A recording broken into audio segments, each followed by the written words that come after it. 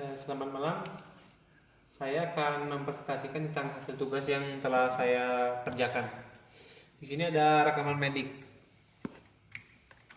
dan diagram penjualan. Di rekaman medik, relasi melakukan yaitu pasien melakukan kunjungan. Relasinya one to many karena pasien melakukan kunjungan lebih dari satu kali. Pasien sebagai forensinya. Lalu relasi mendaftar yaitu pasien mendaftar kepada admin karena pasien hanya mendata sekali saja. Relasinya one to many. Relasi mengolah tabel kunjungan pasien. Admin mengolah diagnos. Setiap kunjungan mendapatkan hasil diagnos. Relasinya one to one. Dokter melakukan input diagnos ke tabel diagnos. Lalu di diagram penjualan, customer mengorder produk atau bisa berkali-kali. Relasinya many to many. Employee order produk atau yang memasukkan data pada saat ada order. Rincian produk yang diorder. Produk di reply oleh supplier. Relasinya many to many. Terus soal berikutnya, menurut kalian lebih cocok diberi nama tabel mahasiswa atau tabel? Jadi yang lebih cocok menurut saya adalah mahasiswa prodi karena dia hanya menampung data dari tabel sebelumnya.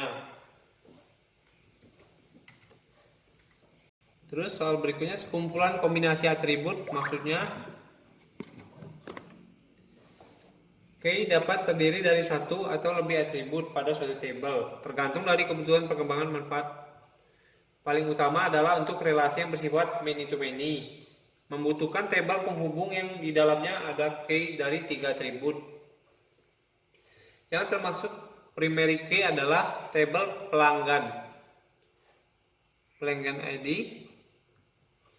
nama, nomor kontak.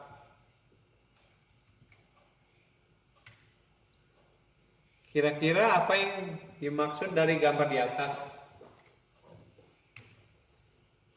Jadi yang dimaksud dari gambar di atas adalah database yang menghubungkan antara pengguna DBMS seperti pengguna, developer, user, dan lain-lain.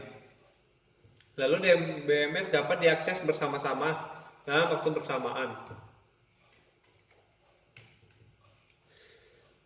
Buat contoh tabel di mana ID mahasiswa jadi foreign key. Jadi ini contohnya. Primary key, ID bayar, dan foreign key mahasiswa ID.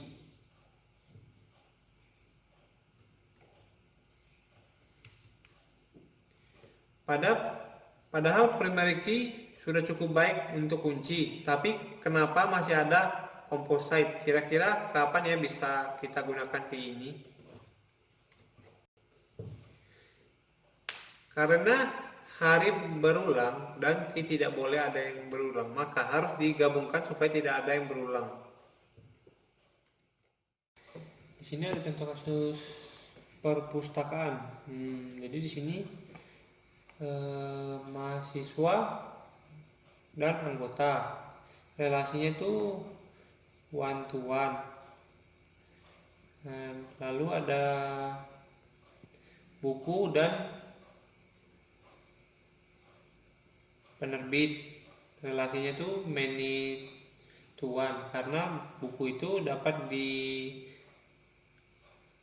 satu penerbit itu dapat menerbitkan banyak buku. Lalu buku dan pengarang, relasinya itu many to many karena buku itu banyak bisa diterbitkan oleh banyak pengarang dan pengarang dapat menerbitkan banyak buku. Terus rental dan anggota itu many to one atau one to many karena anggota itu dapat meminjam banyak buku.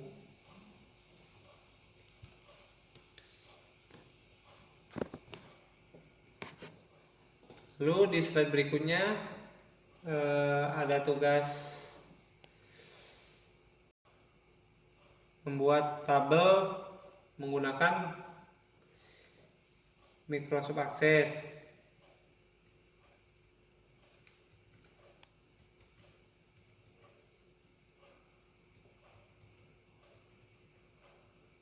Ini contoh diagramnya tentang rental motor, dan ini tabelnya. Di sini ada customer, tabelnya nomor identitas, jenis identitas, nama, dan alamat. Di sini ada kelompok motor, tabelnya merek, harga sewa, terus ada tabel menyewa, ada kode sewa, tanggal sewa, total motor, total harga, tanggal kembali, dan denda. Terus di tabel motor ada kode motor, nama motor, jumlah motor, dan jenis motor.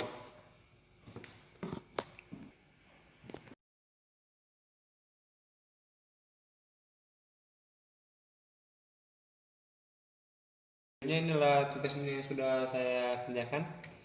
Ini tabel relasinya seperti ini tentang hotel. Jadi sini ada tabel kamar. Jadi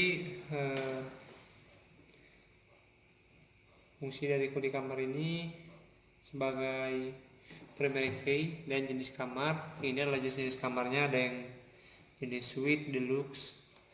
Lalu ada tarifnya.